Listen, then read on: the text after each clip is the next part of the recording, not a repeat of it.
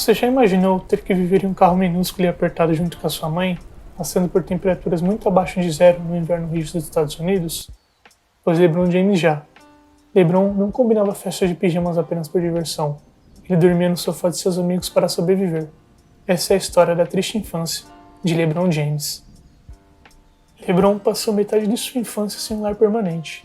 Sua mãe Gloria o teve aos 16 anos e quando o pequeno Bron tinha apenas 3, sua avó Frida faleceu, levando consigo a pequena e frágil estabilidade familiar que possuíam.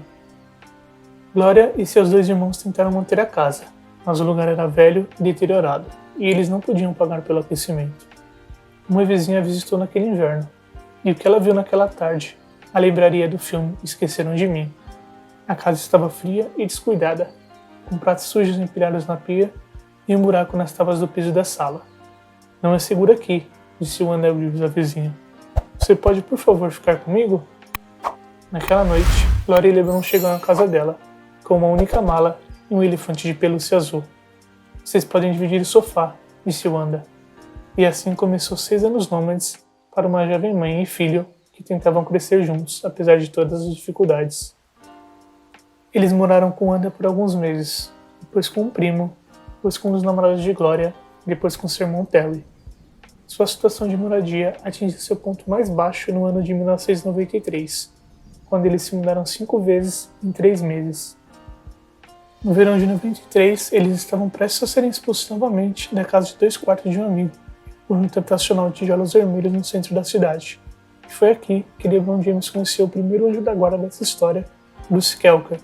Ele estava passando no conjunto operacional, procurando jogadores de 8 e 9 anos para se juntarem à equipe de futebol americano, a qual ele era o treinador. Kelker notou Gloria primeiro, sentada nos degraus do lado de fora da casa. Ela tinha uns 65 e era deslumbrante, orgulhosa e bonita, contou Kelker. Quando ele caminhou até ela, ele viu LeBron, mago de exame, já tão alto quanto a sua mãe, brincando de pega-pega com alguns amigos. Kelker estava mais interessado em localizar jogadores de futebol do que mulheres, então passou por Gloria em direção a LeBron. "Vocês gostam de futebol?" ele perguntou às crianças. "Esse é meu esporte favorito", disse James. Kelker disse a ele que era treinador e perguntou se ele gostaria de participar de um treino da equipe, mas Gloria o interrompeu e disse que não podia pagar pelo equipamento de seu filho e não tinha como levá-lo. "Não se preocupe com nada disso", Kelker disse a ela. "Eu vou cuidar de tudo e eu vou buscá-lo." Logo nos primeiros treinos, Bron se mostrou tão talentoso que Kelker ficou totalmente embasbacado. Seus primeiros touchdowns não demoraram a ocorrer e seus companheiros de time logo se afeiçoaram a ele, gravitando em torno do seu talento. Kelker se tornou o adulto mais confiável na vida de James.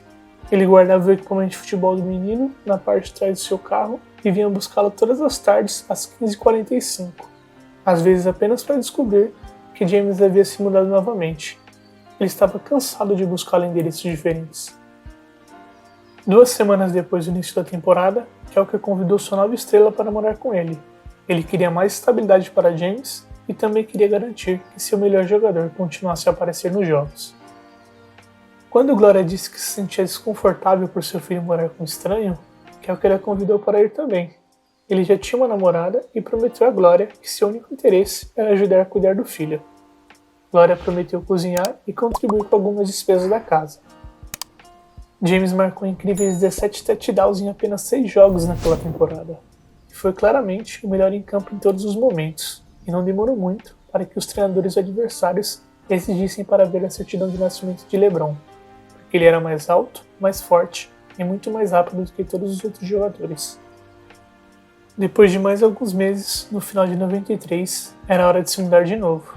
A namorada de Kelker se cansou de ter 4 pessoas morando no seu pequeno apartamento. Gloria e seu filho concordaram em sair e foram morar sozinhos novamente.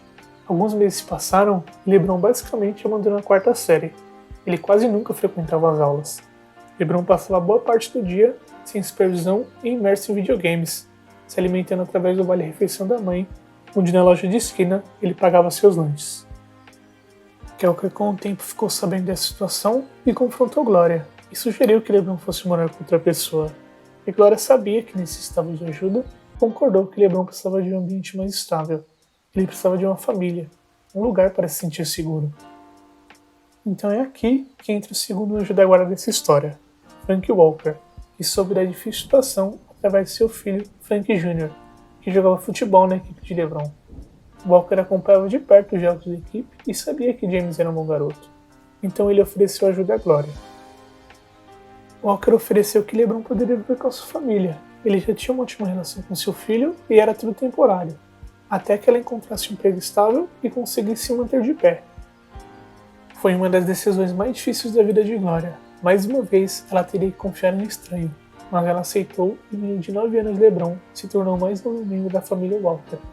Finalmente, pela primeira vez em sua vida, LeBron encontrou estabilidade. Ele teve uma frequência perfeita na quinta série, com uma média de notas B+. Foi nessa época também que ele começou a jogar basquete e logo se apaixonou pelo esporte. Foi com Frank que ele aprendeu a driblar e arremessar. Na sexta série, Glória encontrou um emprego estável e um apartamento, e LeBron voltou a morar com sua mãe. E apesar de todas as dificuldades, James continuou a desenvolver suas habilidades de basquete e na oitava série já estava enterrando como um calouro do high school. No seu primeiro ano, LeBron era tão bom que levou sua escola St. Vincent St. Mary para uma temporada invicta e um título estadual. Como aluno do segundo ano, James teve médias de 25,2 pontos, 7,2 rebotes, 5,8 assistências e 3,8 roubos de bola, e St. Vincent St. Mary ganhou novamente outro campeonato estadual.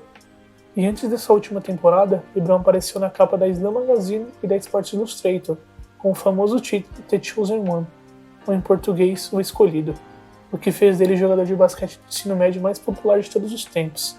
Ele era tão popular que no seu segundo ano o próprio Michael Jordan o convidou para um treino fechado com outros grandes astros da NBA. No seu terceiro ano, James conquistou seu terceiro título estadual e terminou a temporada com média de 30,4 pontos, 9,7 rebotes e 4,9 assistências. Nesse momento ele já era completamente uma estrela. Seu nome atraía multidões de mais de 15 mil pessoas a cada partida e jogadores famosos da NBA como Allen Iverson compareciam em seus jogos. A ESPN, que também não era boba, transmitia todos os jogos de LeBron no pay-per-view. Então, com toda essa popularidade, seu nome estando sempre nos holofotes, LeBron tomou uma decisão, que deixaria os times da liga em completo êxtase. Ele não iria mais cursar uma faculdade e sim se candidatar ao draft de 2003 da NBA. E o futuro, vocês já sabem, não podia ser mais promissor. The first pick in the 2003 NBA draft, the Cleveland Cavaliers select LeBron James.